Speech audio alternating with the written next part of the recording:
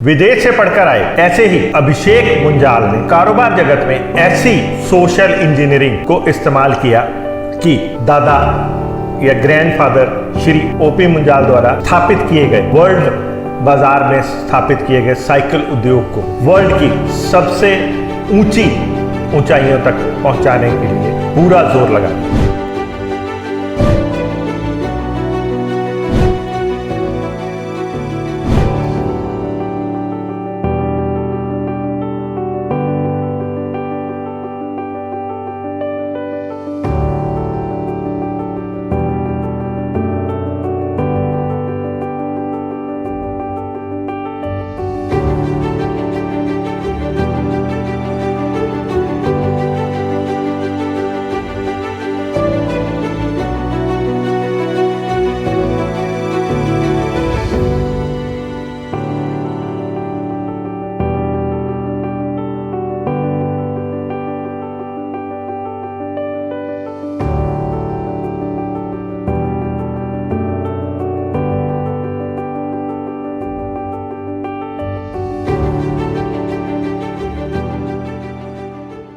अच्छा प्लान बनाया है मेरी फैमिली मेरे ब्रदर मैंने इकट्ठे जो इंडिया में एक और फैक्ट्री लगाई जाए, क्योंकि इंडिया की प्रोडक्शन बहुत ज़्यादा है और लोग भी बहुत ले रहे हैं इंडियन साइकिलिंग को। जी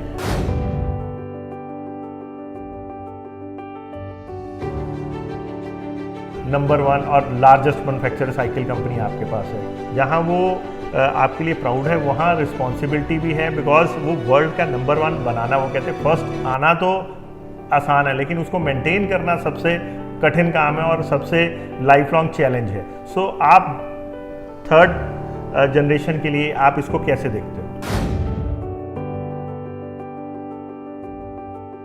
इंटरनेशनल मार्केट चाइना को compete करने के लिए which is the biggest market in the world in terms of manufacturing, जी उसको compete करने के लिए लाइक गवर्नमेंट हमें बहुत हेल्प कर रही है, इंसेंटिव्स दे रही है, फेम टू की पॉलिसीज़ दे रही हैं जिसमें बहुत हमें हेल्प मिल रहे हैं उनसे।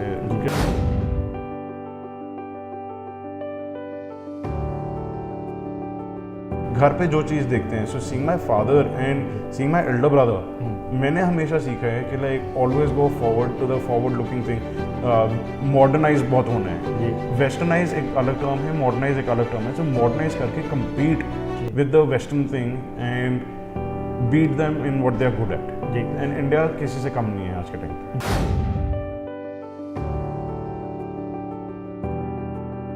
कि जैसे आपका एक मुंजाल परिवार जब तक संयुक्त रहा या इकट्ठा रहा, तो आपने उस फैमिली से बहुत कुछ सीखा कि इकट्ठे मिलके काम करने में जो ग्रोथ है, जो मज़ा है वो।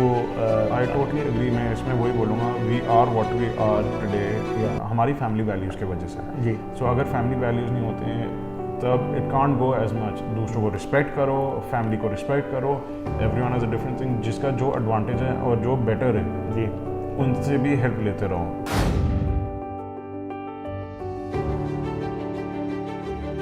यूथ के लिए तो बहुत इजी है कि जब चाहे मर्जी अपना स्टार्टअप शुरू कर लिया, पीछे पता है फादर मतलब किंग मेकर वर्ल्ड का बैठा है और 2 मिनट में वो सपोर्ट कर दे, तो वैसे ही स्टार्टअप की पहले दिन ही चांदी लग जाती है। तो आपके मन में कभी ऐसा नहीं आया कि मैं दादाजी ने तो जो लेगेसी क्रिएट करी जो ये तो रहनी है हमेशा आप ही की है, बिकॉज आपका लेगेसी है, फैमिली बिजनेस है, लेकिन मैं कुछ अभिषेक मुंजाल कुछ ऐसा करे कि लोग कहें कि ये देखो जी अभिषेक मुंजाल जी के जो ग्रैंडफादर थे वो ओपी मुंजाल जी थे। बहुत कंपनीज ऐसी होती हैं कि second generation, third generation, fourth generation में जाके गिर जाती हैं जी। सो वो भी चीज़ देखते हैं कि फैमिली ने कुछ नहीं करा, यहाँ पर और बढ़ाओ तब देखो कि इतना हो गया। जैसे टाटास को देख लो जी, इतनी ज़्यादा जनरेशन हो गई, बिल्कुल। Ratan Tata I think is the 3rd और 4th जनरेशन जी, और उन्होंने बनाई है इतनी बड़ी कंपनी, उन्होंने एक ट्रस्ट ऐसा क्रिएट कर दिया कि रतन टाटा को देखो, like if you take his name, respect, Proud. proudness, it's one of the biggest Trust. it's the top 2-3 companies of India, Yeah. if not the top. Yeah. तब उनको भी देखो, he got the company at a good level.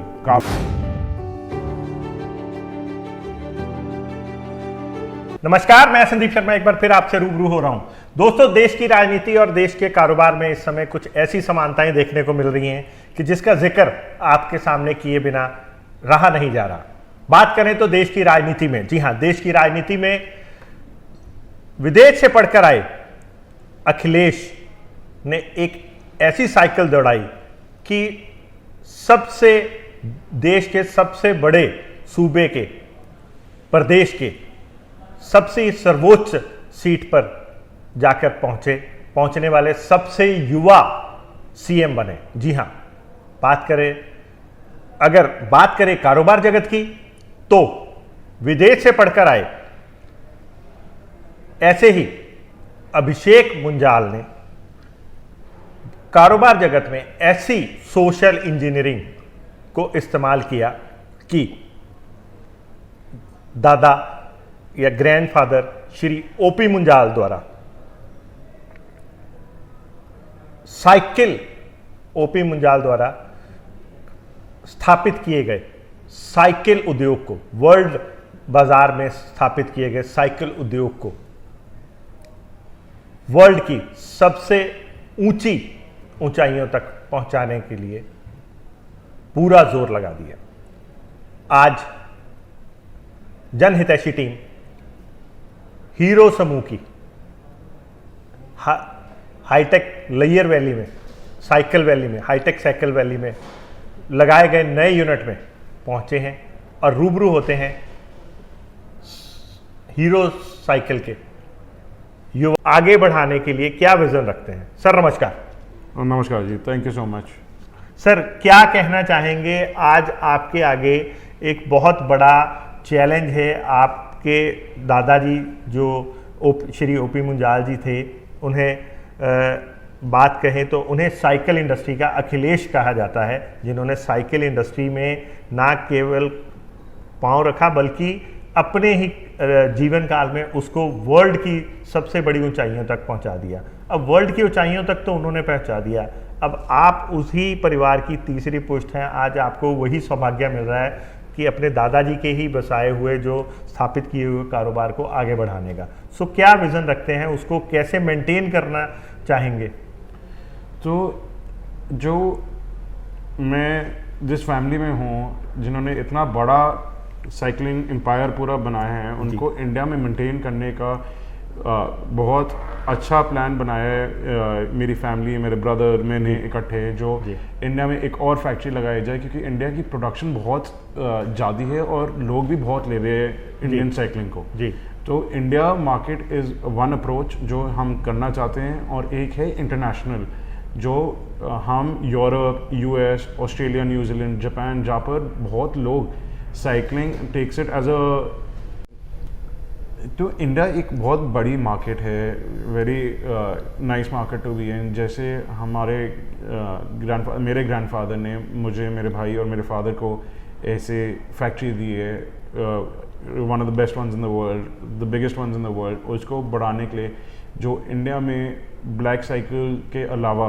The fancy cycles is also coming, E bikes भी आ रही हैं, तब उसके लिए हमने इकट्ठे एक और फैक्ट्री बनाई है कि हम सबको केटर कर सके, like give the people what they want, कि जौन से कस्टमर को जो देना है उसको देने का हमने एक फ़ैसला लिया है एज अ फैमिली के एक्सपैंड करते रहो हर जगह। And with the new factory हम इंटरनेशनल में भी एक अच्छा मार्क बनाना चाहते हैं, इंडिया में मेंटेन करना और बढ़ाना पूरे पाए को, और इंटरनेशनल मार्केट में हम कैप्चर करें उसको, जहाँ पर आज के बहुत वर्ल्ड में बड़े प्लेयर्स आ गए हैं, जो चाइना से आ रहे हैं, यूरोप से आ रहे हैं, उनको केटर करने के लिए we needed a new factory जिसमें प्रोसेसेस ज़्यादा हों, जिसमें क्वालिटी चेक ज़्यादा हों, विद एवरीथिंग, जो इंडिया में भी दे पाए और इंटरनेशनल में भी। सर बात करें तो आज इंडिया को बोला जाता है कि वो साइकिल इंडस्ट्री में वर्ल्ड का सेकंड लार्जेस्ट मैन्युफैक्चरर कंट्री है, पर हमें प्राउड ये है कि आपके लिए जितना प्राउड है उतना ही एक रिस्पॉन्सिबिलिटी भी है। बिकॉज प्राउड ये है कि आपके दादाजी ने आपको वो एम्पायर दिया है कि वर्ल्ड का नंबर 1 और लार्जेस्ट मैन्युफैक्चरर साइकिल कंपनी आपके पास है। जहाँ वो आपके लिए प्राउड है, वहाँ रिस्पॉन्सिबिलिटी भी है, बिकॉज वो वर्ल्ड का नंबर 1 बनाना, वो कहते हैं फर्स्ट आना तो आसान है, लेकिन उसको मेंटेन करना सबसे कठिन काम है और सबसे लाइफ लॉन्ग चैलेंज है। सो आप थर्ड जनरेशन के लिए आप इसको कैसे देखते हो? सो इसमें बहुत डिफरेंट तरीके देखने के लिए। एक तो इंडिविजुअली देखना एज अ कंपनी हम जितना कर पाए, we already became India number 1 और वर्ल्ड नंबर 1 और इंटरनेशनल मार्केट चाइना को compete करने के लिए which is the biggest market in the world in terms of manufacturing जी, उसको compete करने के लिए लाइक गवर्नमेंट हमें बहुत हेल्प कर रही है, इंसेंटिव्स दे रही है, फेम टू की पॉलिसीज़ दे रही हैं जिसमें बहुत हमें हेल्प मिल रहे हैं उनसे compete करने के लिए। चाइना गवर्नमेंट बहुत हेल्प करती है, तो इस वे में जैसे हमारी नई फैक्ट्री की पूरी लैंड हमें कर रही हैं और पॉलिसीज़ में हेल्प कर रही हैं, तब वो हम चाइना को compete कर सकते हैं, तब उनका मार्केट हम इधर ला सकते हैं।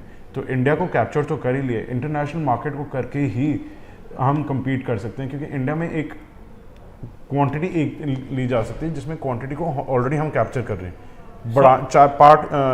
पाए को बढ़ाने के लिए।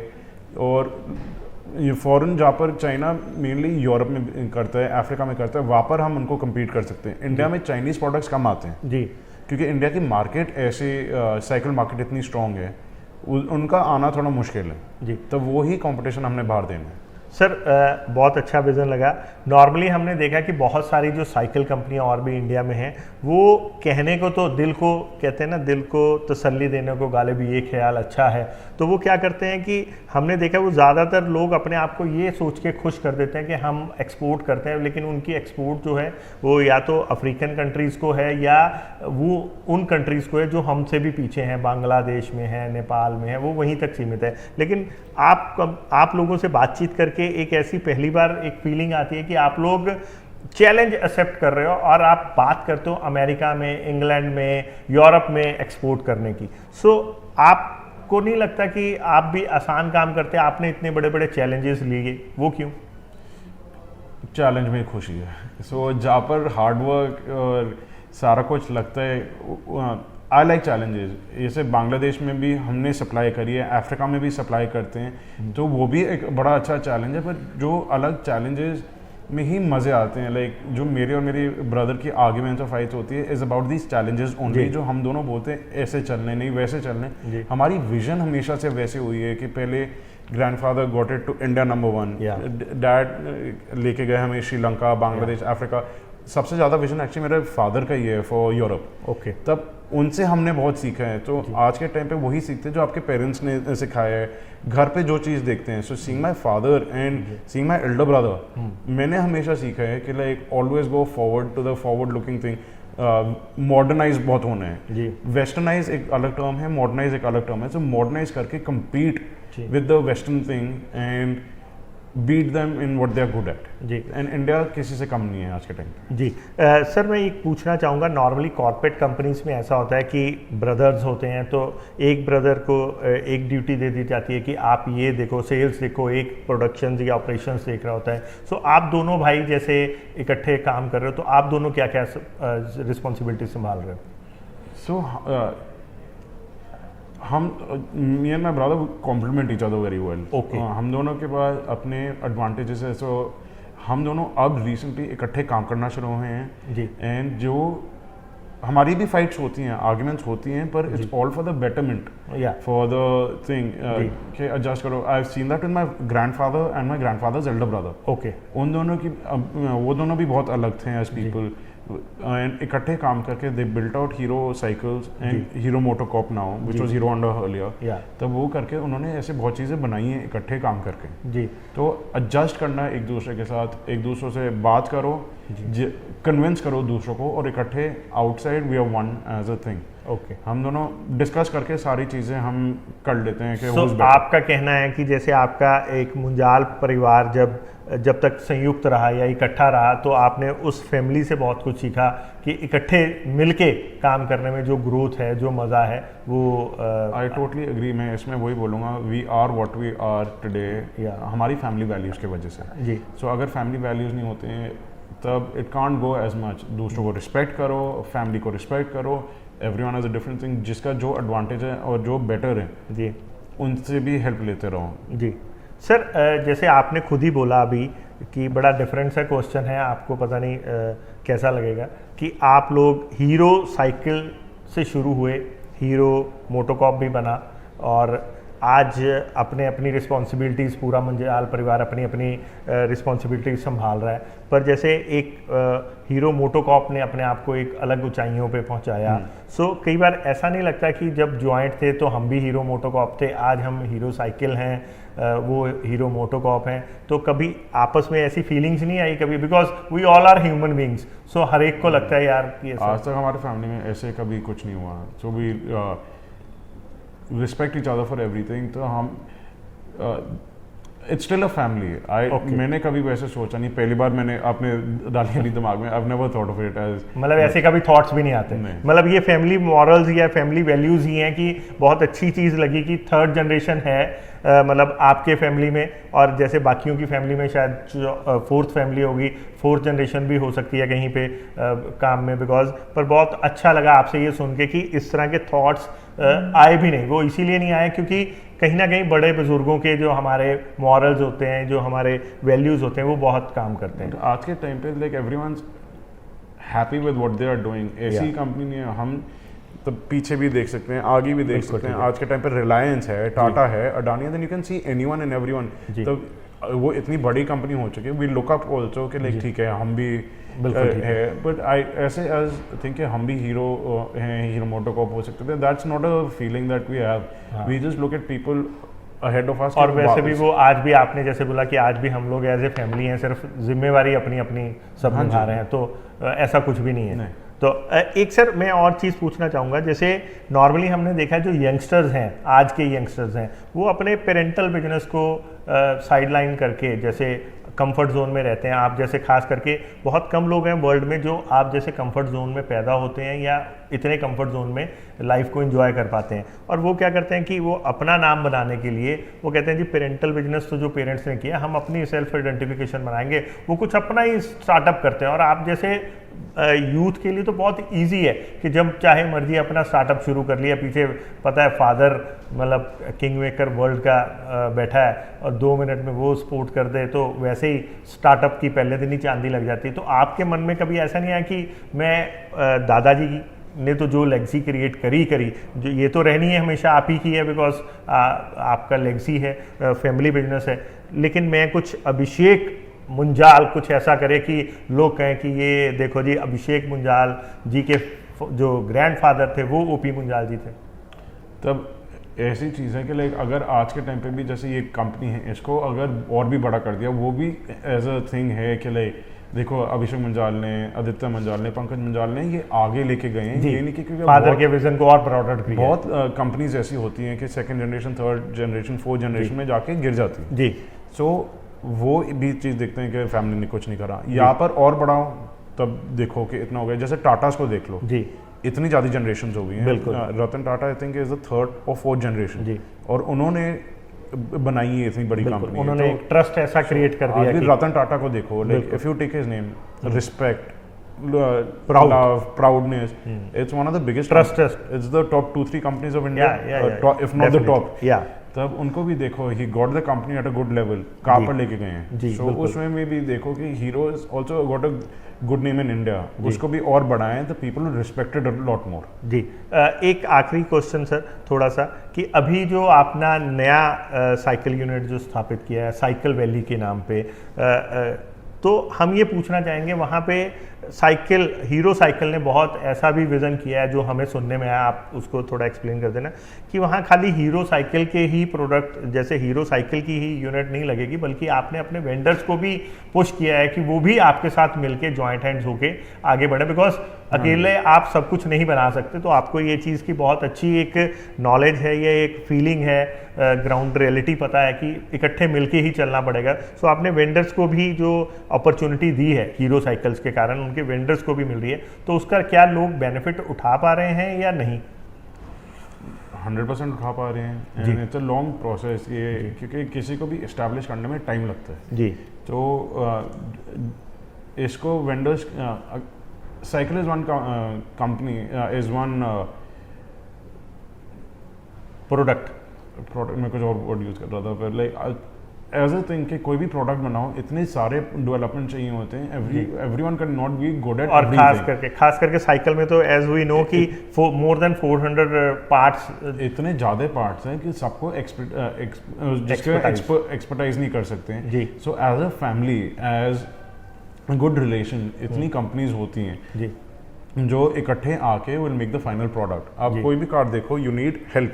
जी मदरसन सुमी हो गई, हीरो मोटर्स हो गई, सारी आर गुड कंपोनेंट मेकर्स। जी। अगर होता तब any big company can make all the products in house जी और उसको कर दें और किसी को कुछ ना करें। तब साइकिल इज ऑल्सो मानते हैं कि डिफरेंट पार्ट्स बोलो, असेंबल करो। जो हमारा मेन प्रोडक्ट है फ्रेम और पेंट करना और असेंबली, जी वो हम अपने पास रख रहे हैं जो डिफाइन करती है साइकिल।